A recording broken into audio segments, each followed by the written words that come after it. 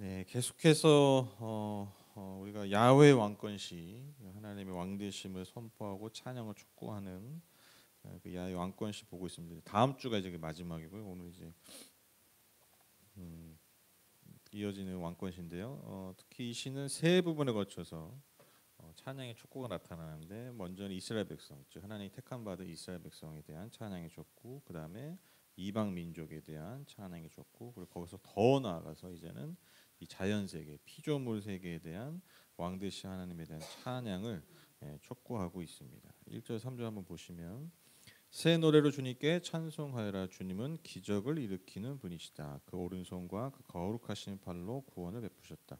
주님께서 베푸신 구원을 알려주시고 주님께서 의로우심을 문나라가 보는 앞에서 드러내어 보이셨다. 이스라엘 가문에 베푸신 인자하심과 성실하심을 기억해 주셨기에 땅 끝에 있는 모든 사람까지도 우리 하나님의 구원하심을 볼 수 있었다. 먼저 여기서 이제 이스라엘 백성, 하나님이 택하신 이스라엘 백성에게 하나님을 찬양하라고 촉구하는데요. 96편에도 보면 새 노래로 주님을 찬양하라라고 이제 표현하고 있는데 이 새 노래라는 것이 뭐 맨날 그 곡을 뭐 새로 만들어서 이게 아니라 하나님의 역사하심에 대한 나의 어떤 새로운 고백들. 그러니까 하나님께서 여전히 일하시잖아요, 그렇죠? 그러니까 우리가 하나님을 찬양하는 게 과거에 묶여서 과거의 어떤 경험에 한정되는 찬양이 아니라 계속해서 바로 지금 오늘 나에게 일하시는 그 하나님에 대한 노래. 그것이 바로 새 노래입니다. 새 노래를 주님께 찬송하여라 촉구한 다음에 이제 그 뒤에서 이제 이어서 이제 그 이유를 이제 설명하는데요. 먼저 하나님이 어떤 분이셨습니까? 이스라엘 백성에게 기적을 일으키셔서 그분의 능력으로 그 이스라엘 백성들을 구원하셨기 때문이죠. 그러니까 하나님을 찬양하는 어떻게 보면 가장 첫 번째 이유가 우리도 마찬가지죠. 우리가 하나님 예배하는 첫 번째 이유가 뭐겠습니까? 우리를 구원하셨다라는 거죠. 구원, 그렇죠? 그래서 그 오른손과 그 거룩하신 팔로 구원을 베푸셨다라는 거죠. 구원을 베푸셨다. 그래서 여기서 말하는 그 오른손, 그 거룩하신 팔은 어떤 하나님의 능력, 하나님의 강력한 능력, 특히 하나님의 어떤 주권적 개입으로 일하셔서 행하신 그 구원의 능력을 표현할 때 어떤 하나님의 오른손, 그 능력의 상징이죠. 그리고 그 거룩하신 팔로 하나님께서 구원을 베푸셨다라는 것입니다. 그래서 우리가 그 어떤 하나님을 예배하고 하나님 앞에 나아가는 어떤 가장 본질적인 이유가 결국 말씀드린 것처럼 구원이죠, 구원. 그래서 저는 이 세상을 이렇게 보면서 결국 우리가 뭘 찾냐면 구원자를 찾거든요. 구원자, 그렇죠? 우리가 모든 사실 우리의 행위가 뭐냐면 인간은 이제 태어날 때부터 아기들이 뭐 합니까? 태어나자마자 울잖아요. 왜 울어요? 그냥 그냥 뭐 성격이 그래서 아니잖아요. 인간은 태어날 때부터 스스로 살 수 없는 존재이죠, 그렇죠? 그러니까 태어날 때부터 뭐 해야 돼요? 나를 살려달라고, 내 생명을 지켜달라고 태어나자마자 하는 게 우는 거예요. 그래서 뭐 이제 표현을 못 하니까 이제 뭐 배가 고프거나 기저귀가 젖어 있거나 그러면 울잖아요, 울잖아요, 그렇죠? 그러니까 인간은 사실 스스로 존재할 수 없는 기본 값이 스스로 살아낼 수 없는 존재예요. 그래서 계속해서 우리는 무엇을 찾냐면 나를 도와줄, 이게 뭐 간단하게 보면 나를 도와줄 대상인데 사실 어떻게 보면 그 본질적으로 들어가면 나를 구원할 대상을 계속해서 찾는 거죠. 그래서 우리가 뭐 예를 들면 예컨대 뭐 종교적 행위를 하는 것만 여러분 우리가 구원의 대상을 찾는 게 아닙니다. 우리 사실 모든 전반적 행위가 다 나를 도와줄, 나를 구원할 존재에 대한 숭배이자 예배의 삶이라는 거예요. 예컨대 우리가 돈을 열심히 벌잖아요. 그 막 돈을 막 하는 사람, 그 왜 그렇게 돈을 막 벌어요? 그게 나를 구원할 대상이라는 나의 인식이 있기 때문에. 그래서 밤낮을 열심히 일하잖아요. 그렇죠? 예를 들면 밤낮 열심히 일하고 또 막 뭐라 그럴까요? 막그참나안 입고 고 막 진짜 힘들다 고개 숙이잖아요. 이게 경배하는 거예요. 일종의 경배적 행위예요. 나 자신을 낮추는 거잖아요. 그렇죠? 우리가 하나님 앞에만 날 낮추는 게 아니라 우리가 많은 것들에 날 낮추는 어떤 그런 행위 자체가 여러분 그게 일종의 왜 낮춥니까? 우리 스스로 뭐하러 낮출까? 뭐하러 그걸 낮추냐고. 근데 그 행위를 통해서 내가 구원의 능력을 갈구하는 거예요. 얻어내는 거죠. 예컨대 또 뭐 정치적인 어떤 집회나 뭐 이런 막 나가는 거 그런 거 다 뭐예요? 그게 저 정치인이 저 정치 세력이 이 정치적 이념이 나를 구원할 거야. 이 세상을 구원할 거야. 다 그 얘기예요, 사실은. 그렇죠? 그러니까 우리의 행위 모든 게 사실 어떻게 보면 종교적 의미를 가지고 있습니다. 그 종교적 의미를 갖는다는 게 뭐냐면 인간은 근원적으로 구원의 대상, 나를 구원할 존재를 찾아요. 그래서 여러분 뭐 우리만 막 이상한 사람들이 아니에요. 막 수협에까지 가세요. 막 이런 종교에 심취하고 계시네. 근데 그게 우리만 그러는 게 아니에요. 뭐막 저기 주말에 막 남들 쉴 때 뭐 산과 들로 나가는 사람 여러분 거기서 구원의 은혜를 찾는 거예요. 그들 나름의. 그러니까 사람은 사실 다 똑같습니다. 우리가 하는 행위가 사실 다 똑같아요. 그 대상만 다를 뿐이에요. 대상만 다를 뿐. 그래서 여러분 우리는 보통 사람입니다. 네, 뭐 이렇게 이상하게 생각하실 필요 없어요. 우리는 너무 지극히 정상적인 사람이에요. 우리는 그 구원을 어디서 찾느냐? 바로 하나님으로부터 찾는다라는 것이죠. 그 본질적 결정적 차이만 있을 뿐입니다. 그래서 이 성경을 보면 여러분 진짜 제가 저 구약 나름 뭐 전공을 했는데 구약이요 여러분 사실 파고 들어가면요 어마어마하게 어려워요. 어려울 수밖에 없죠. 왜? 이게 이 수천 년에 걸친 이 시간의 간극이 있잖아요. 그렇죠? 그러니까 구약 성경이 완성된 시간으로부터 우리가 수천 년의 시간이 있잖아요. 그렇죠? 그 간극이 어마어마하잖아요. 우리 저기 권사님 원장님이시니까 애들 이렇게 가끔 대화하거나 그 메시지 보면은 못 알아들으시죠. 네, 애들이 뭔 말하는지 모르겠죠. 네. 무슨 한국말인데 의미를 모르겠잖아요. 동시대에 살고 있는데 세대가 달라도 수십 년 차이가 나도 가끔 소통이 안 되잖아요. 걔네들이 말의 의미를 모르잖아요. 하물며 여러분 생각해 보세요. 수천 년의 이 차이가 있잖아요. 이걸 다 이해한다는 거 여러분 그 어불성설입니다. 말이 안 돼요. 그리고 여러분 구약 내에서도요. 그 문서의 차이가요. 그러니까 구약 내에서도 36권의 문서 사이에도 수백 년, 천년, 이천 년 사이가 나요. 그러니까 그거를 뭐 하나로 뭐 구약을 꿰뚫었습니다. 구약을 뭐 온전히 뭐 통달했습니다. 뭐 저기 그 전 대통령 여사는 구약을 통째로 외웠습니다. 뭐 이런 얘기 했던데 말도 안 되는 얘기라는 거예요. 말도 안 돼. 다 달라요 내용이. 왜? 시대가 다르고 환경이 다르기 때문에. 관점의 충돌도 있고요. 무지 어려워요. 사실 막 학문적으로 들어가고 막 원문 자체를 막 들어 파고들기 시작하면 진짜 어려워요. 그런데 제가 깜짝 놀란 게 뭐냐면 여러분 그렇게 어마어마한 차이가 있고 어마어마한 시대적 간극이 있고 상황이 다르고 또 어떤 현상에 대해서 어떤 신학적인 개념에 대해서 충돌도 일어나고 이런데 여러분 놀라운 게 뭐냐면요. 성경이 그 엄청난 간극에도 불구하고요. 결코 변하지 않는 두 가지 메시지가 있어요. 그게 뭐냐면 야훼의 유의성이에요. 하나님의 유의성. 그리고 그 구원이 하나님으로부터 온다. 이 메시지는요. 어떠한 성경에서도 어떠한 삶의 자리에서 똑같은 고백. 이게 성경의 다양성 안에 놀라운 통일성이에요. 여러분 그래서 우리가 그게 구약에 넘어서서 이제 어디로 갑니까? 신약으로 가잖아요. 여러분 신약도 여러분 결국 신약의 메시지가 뭡니까?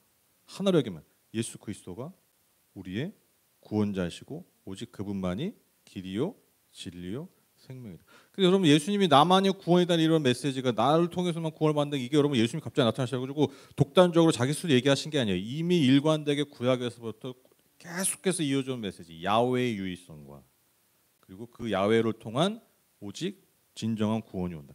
이 메시지가요 그냥 예수 그리스도 통해서 완전히 성취된 것뿐이에요. 이게 성경이 가지고 있는 기가 막힌 통일성이에요.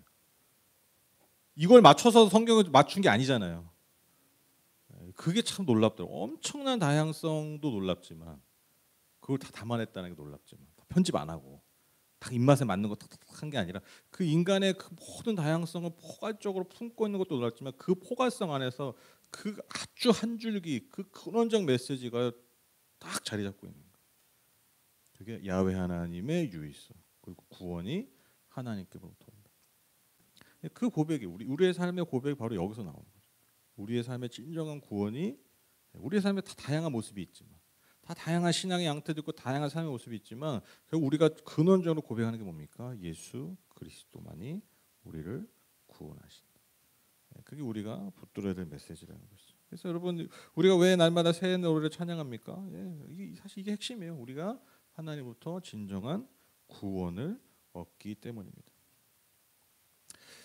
그런데 이 구원이 단지 이스라엘 백성이 베푸신 구원이 아니라 이 구원을 통해서 모든 나라가 그것을 함께 목도했다라고 2절에 고백하고 있습니다. 그리고 무엇보다도 그 구원은 어떠한 모습으로 나타납니까? 하나님의 의로우심, 즉 하나님의 공의죠. 하나님의 공의, 제다카라는 히브리어 단어죠. 그 하나님의 의로우심, 그 공의가 드러난 사건. 그래서 여러분 출애굽 사건, 이게 이제 핵심적인 구원의 사건이 이제 결국 출애굽 사건이에요. 여러분 출애굽 사건이 여러분 그 구원한 사건이라고 생각하는데, 우리가 출애굽하면은 무슨 생각하냐면 그냥 노예 생활에서 구원받았다, 뭐 400년 노예 생활에서 이제 해방됐다, 이것만 생각하는데 여러분 그 노예 생활 해방이 그게 공의의 실현이에요. 그렇죠? 그 힘을 가진 자들이 힘없는 자들을 억압한 거잖아요. 그 억압한 것을 하나님이 구출해 주신 거잖아요. 그게 뭐예요? 그게 공의잖아요. 늘 말씀드려요. 약한 자가 하나님의 도우심으로 구원받는 거. 그게 공의예요. 그래서 구원이라는 건요, 구원의 사건은요 공의의 사건입니다. 그래서 우리가 좀 그 뭐라고 구원하면 뭔가 좀 이렇게 그냥 지질공상 불쌍한 사람들 그냥 이렇게 약간 적선해주는, 약간 구제해주는 그런 느낌 우리가 알게 모르게 강한데, 근데 여러분 구원의 사실 본질적 의미는요 공의의 실현이에요. 공의의 실현. 약한 자들이 그 약함과 그 아픔이 신원당하고 회복되는 것, 해방을 얻는 것. 여러분 이게 구원입니다. 그래서 하나님께서 특별히 이스라엘 백성을 택하시고 그들을 불쌍히 여기셔서 그분의 인자하심과 그분의 성실하심을 베푸셨다라고 고백하고 있습니다. 그래서 바로 그 구원의 사건, 그 공의의 사건을 땅 끝에 있는 모든 사람들도 보았다라고 고백하고 있습니다. 그래서 여러분 이것이 구원의 효과이기도 하지만 구원의 목적이기도 하죠. 즉 하나님은 택한 백성들을 구원하심으로써 그들을 구원하는 것뿐만 아니라 그 구원의 사건을 통해서 여러분 어떤 일을 벌이신다고요? 바로 그 구원을 모든 사람들이 볼 수 있도록, 모든 사람들이 그 구원의 은혜를 누리기를 원하신다라는 것입니다. 두 번째로 이제 모든 민족을 향해서 하나님의 찬양을 촉구합니다. 4절 6절 보시면 온 땅아 소리 높여 즐거이 주님을 찬양하리라. 함성을 터뜨리며 즐거운 노래로 찬양하리라. 수금을 뜯으며 주님을 찬양하리라. 수금과 아우르는 악기들을 타면서 찬양하리라. 왕이신 주님 앞에서 나팔과 뿔 나팔 소리로 환호하리라. 재밌는 게 이제 이 이방 민족을 향한 찬양 촉구는 다 명령형으로 표현됩니다. 명령 해. 찬양해. 그래서 그런데 또 그냥 일반적 찬양이보다는 아주 열정적인 찬양을 요구하고 있죠. 함성과 즐거운 노래로 또 온갖 악기, 수금과 나팔과 뿔나팔 소리 등 그 모든 악기를 동원해서 하나님을 찬양하라고 촉구하고 있습니다. 그래서 이 4절 6절의 모습은 어떤 두 개의 어떤 장면을 떠올리게 하죠. 첫 번째는 개선식입니다. 개선식, 즉 승리의 개선식. 전쟁을 승리하고 와서 그 승리를 축하하는 그 전쟁 승리의 축하를 그 하는 개선식의 모습과 또 여러 가지 축제의 모습. 그 축제할 때막 이게 막 노래하고 즐겁게 춤추는 어떤 그런 축제의 모습, 절기의 축제의 모습을 보여주고 있는 것이죠. 즉 우리가 하나님을 찬양한다는 것은요 우리의 삶에 주시는 하나님의 승리, 즉 우리가 하나님의 공의를 통해서 우리가 구원받는, 즉 구원을 받는다는 게 뭐라고? 그러니까 공의니까 공의가 뭐예요? 악한 자들로부터, 억압하는 자들로부터 우리가 승리하는 거잖아요. 그렇죠?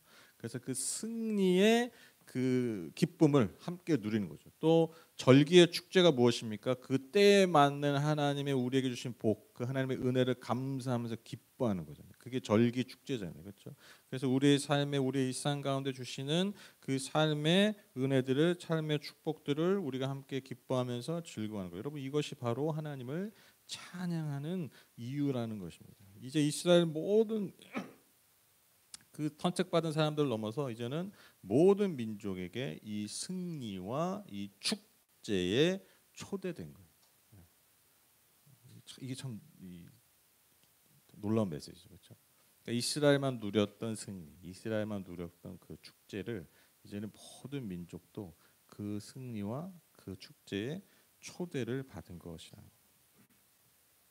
그래서 여러분 우리가 예를 들면 전도를 한다, 우리가 복음을 전한다는 것은 궁극적으로 바로 이 하나님만이 주시는 이 승리 그리고 이 하나님 주시는 이 은혜의 축제 우리가 이렇게 초대하는 거예요. 초대.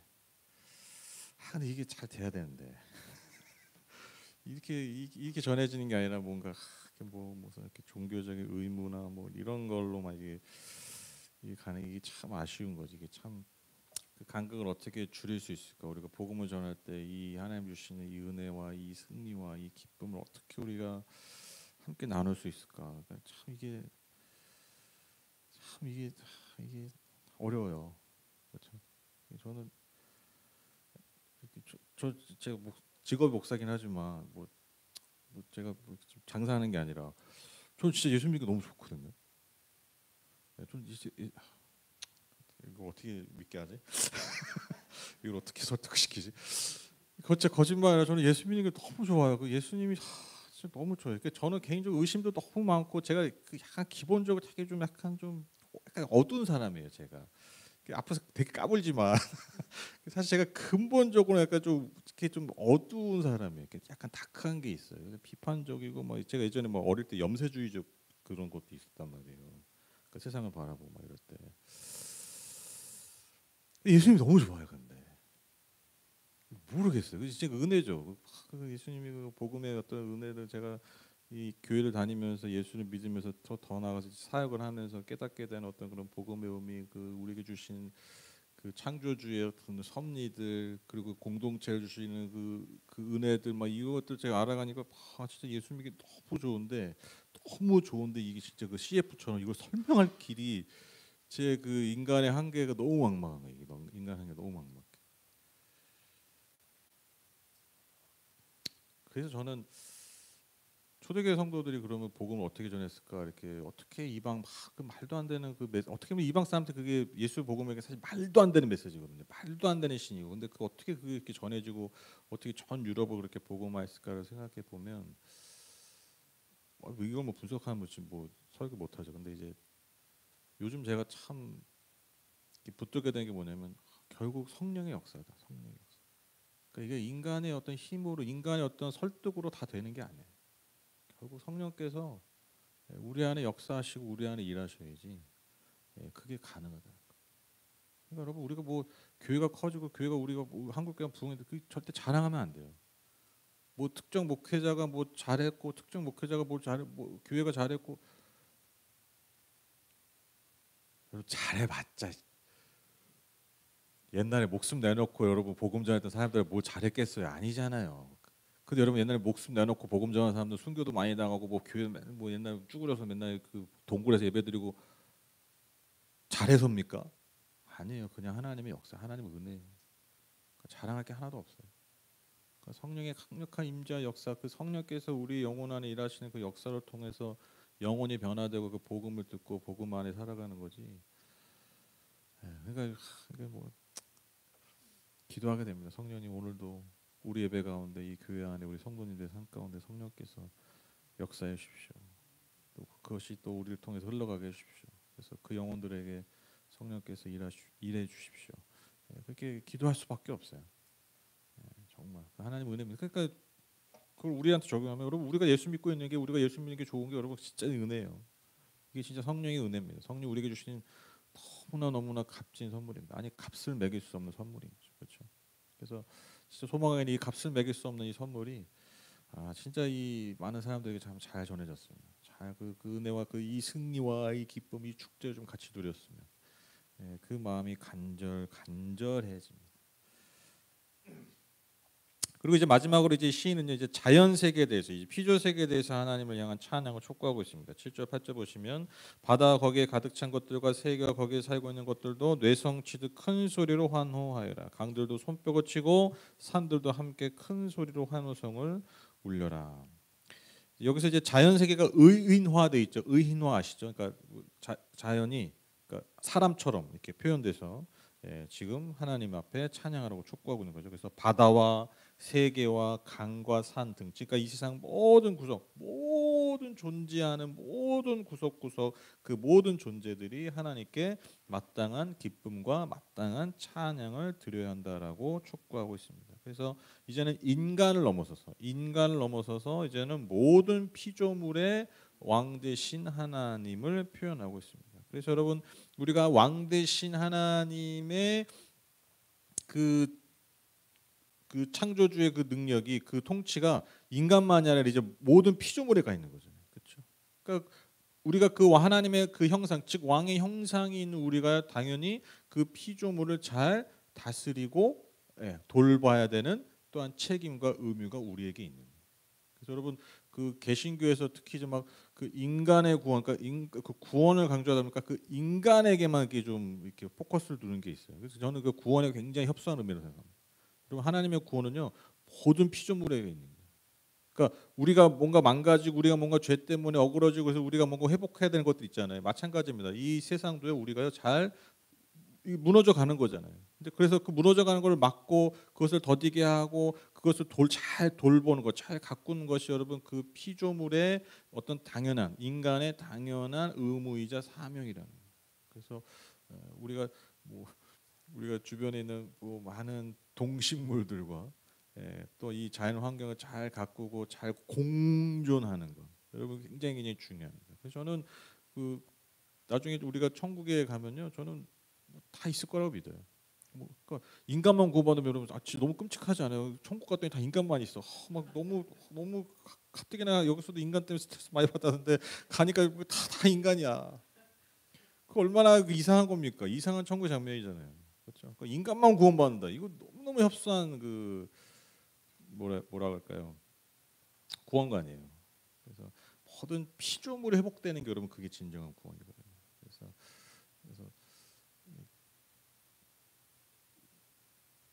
저는 예컨대 그 어떤 반려동물 이렇게 뭐 무지개다리 건넌다 그러잖아요. 반려동물 죽는 거. 그러면 이제 그것 때문에 좀 힘들어하는 성도들이 이렇게 있거나 이렇게 아는 크리스천들이 있으면 저 이 얘기해요. 만날 수 있을 거다. 뭐 내가 할 수 있는 게 아니지, 하는 건 아니지만 성경에 그런 거 없지만, 근데 모든 피조물의 회복이 있잖아요. 그렇죠? 우리 걔는 교회를 세례 안 받아. 그런 게 중요한 게 아니라 저는 그 피조물 회복 안에 저는 하나님의 은혜가 있다고 믿어요. 그러니까 뭐 다 구원받다 제가 이 얘기를 하는 게 아니라 그런 소망을 가질 수 있잖아요. 그렇죠? 그런 소망. 왜 그런 소망까지 없애냐고요. 그래서 우리 지금 제가 키우는 오곡이 지금 열심히 주의성수하고 있지 않습니까? 매주 주의성수하고 있잖아요. 그렇죠? 막 지도 예배 드리고 싶어 예배당에 막 난입하고 막 난리도 아니잖아요. 가끔씩 문만 열어놓으면 살짝 열어놓으면 그냥 막 언제 들어와가지고 막 뛰어다니고 구원받게 하려고 주의성수 시키고 있어요. 그래서 여러분 그 피조물과 잘 공존하는 거, 여러분 이게 참 우리에게 얼마나 중요한 사명인지. 그래야 여러분 왜 이게 중요하냐면 그래야 우리가 창조주의 마음을 조금이나마 알아요. 그러니까 인간만 자꾸 보면 인간의 마음에 굳어지면 여러분 오히려 하나님의 마음을 잘 몰라요. 가둬버려요. 근데 우리 주변에는 피조 세계에 대한 관심, 피조 세계의 공존을 우리가 노력하다 보면 뭘 더 깊이 깨닫냐면 우리를 향하신 하나님의 그 창조주의 성품과 마음을 더 깊이 깨달을 수 있습니다. 그래서 여러분 이런 구절들이 사실 굉장히 중요한 의미가 있는 거예요. 신학적으로. 모든 피조물을 향해서 찬양을 촉구한다. 이거 놀라운 메시지예요, 사실. 야, 너희들도 찬양해야 돼. 너희들도 예배해야 돼. 왜? 너희들도 우리와 똑같은 피조물이기 때문에 하나님의 통치를 받고 있기 때문에. 이게 이미 수천 년에 전에 있던 하나님을 섬기는 사람들이 하던 고백이라는 것이죠. 그리고 나서 이제 마지막 구절입니다. 마지막 이 구절이 참 중요한데요. 이스라엘과 이방 민족과 모든 피조 세계가 왜 하나님을 찬양해야 되는지 그 마지막 궁극적 이유를 진술하고 있습니다. 9절 보시면 주님께서 오신다. 그가 땅을 심판하러 오시니 주님 앞에 환호성을 올려라. 그가 정의로 세상을 심판하시며 뭇 백성을 공정하게 다스리실 것이다. 왜 우리가 모든 피조물이 모든 민족이 하나님을 찬양해야 됩니까? 그분이 결국엔 다시 오셔서 무엇을 하십니까? 그분의 공의와 정의로 심판하실 날이 오기 때문입니다. 그래서 이 땅의 모든 불의함과 모든 악을 심판하시는 거죠. 반면에 여러분 모든 악과 모든 불의함과 모든 악인들을 심판하신다는 건 어떤 의미입니까? 그 반대로 의인과 신실함을 가지고 하나님을 따랐던 자들에게는요, 하나님의 신원, 하나님의 복이 선포되는 날입니다. 그러니까 이 극단, 이 양극단의 선포가 이루어지는 날이 바로 하나님의 심판의 날입니다. 그래서 여러분, 심판의 날은요, 기쁨의 날이죠. 그렇죠, 그렇죠. 우리가 막 그 4월 4일 엄청 기다렸잖아요. 왜? 우리는 잘못한 게 없거든요. 그렇죠? 우리는 잘못한 게 없기 때문에 심판의 날을 막 기다린 거예요. 언제 도대체 심판하냐 이거 기다렸잖아요. 그렇잖아요. 왜? 우리는 잘못한 게 없기 때문에. 우리는 피해자잖아요. 근데 누군 두려워합니까? 안 두려운 것 같지만 얼마나 두려웠겠어요. 예? 그 엄청난 심판인데 밤에 잠이 왔겠습니까? 맨날 더 술 마셨겠죠. 여러분, 이게 우리가 마지막 날을 기다리는 이유라는 거죠. 여러분 그 주님이 다시 오신 날이 막 두려우세요? 네. 표정 관리하시는 것 같은데. 왜 두려워요? 나 진짜 이해가 안 가. 그 두려운 사람도 있잖아요. 그러니까 그 두려움을 또 조장해서 여러분 하는 이단들 거의 그러고. 이단들은 그 두려움을 강조해요. 왜 두려워야 이제 종교 장사하는 거죠. 종교 장사는 항상 두려움을 이용하잖아요. 저는 교회가 저는 절대로 그래서는 안 된다고 생각해요. 왜 교회가 여러분 심판의 날을 두려움의 날로 바꿉니까? 그게 말이 되는 얘기? 절대로 그래서는 안 돼요. 그건 기쁨의 날이죠. 그러니까 대체할 수 없는 그 이상의 기쁜 날이 없는 날이 여러분 우리 마지막 날이에요. 우리 그리스도인들에게, 우리가 예수를 믿는 사람들에게 그 어떤 날도 감히 비교할 수 없이 기쁨으로 기다려야 될 날이 여러분 그 날이에요. 제가 진짜 이번에 그 탄핵 과정 통해서 이게 내가 진짜 이 마지막 날을 내가 이 마음으로 기다렸으면 진짜 예수님 오셨겠다. 이렇게 기다리고 이렇게 빨리 끝났으면 오셨겠죠, 진짜. 맨날 나가서 막 언제 오냐고 시위하고 마치 그런 것처럼 언제 오냐고 우리만 복음 전하고 막 헌신하고 있으면 진짜 예수 더 빨리 오셨겠다 생각 들더라고요. 대체할 수 없는 기쁨. 저는 이 표현을 참 좋아하는데. 하나님을 예수 그리스도 다시 오심을 기다리는 건 여러분 대체할 수 없는 그 기쁨을 기다리는 날이에요. 그래서 여러분 이 모든 이 피조세계, 이 모든 이 세상에 어그러진 것들을 다시 온전하게 하시고, 그러니까 우리가 아까 고백한 것처럼 우리의 모든 슬픔, 우리의 모든 눈물, 이게 요한계시록에 나오는 거죠. 그 모든 눈물을 닦아주시는 그날. 여러분 그 날을 우리가 기다리는 거예요. 그 날을 향해 가는 게 여러분 그리스도인의 삶입니다. 그러니까 우리가 이 땅에서 그렇게 하나님을 찬양하는 거예요. 그 날을 기다리면서 예배하는 궁극적인 이유가 바로 여기 있습니다. 바로 그 날을 위해서, 그 날을 기다리는 거죠.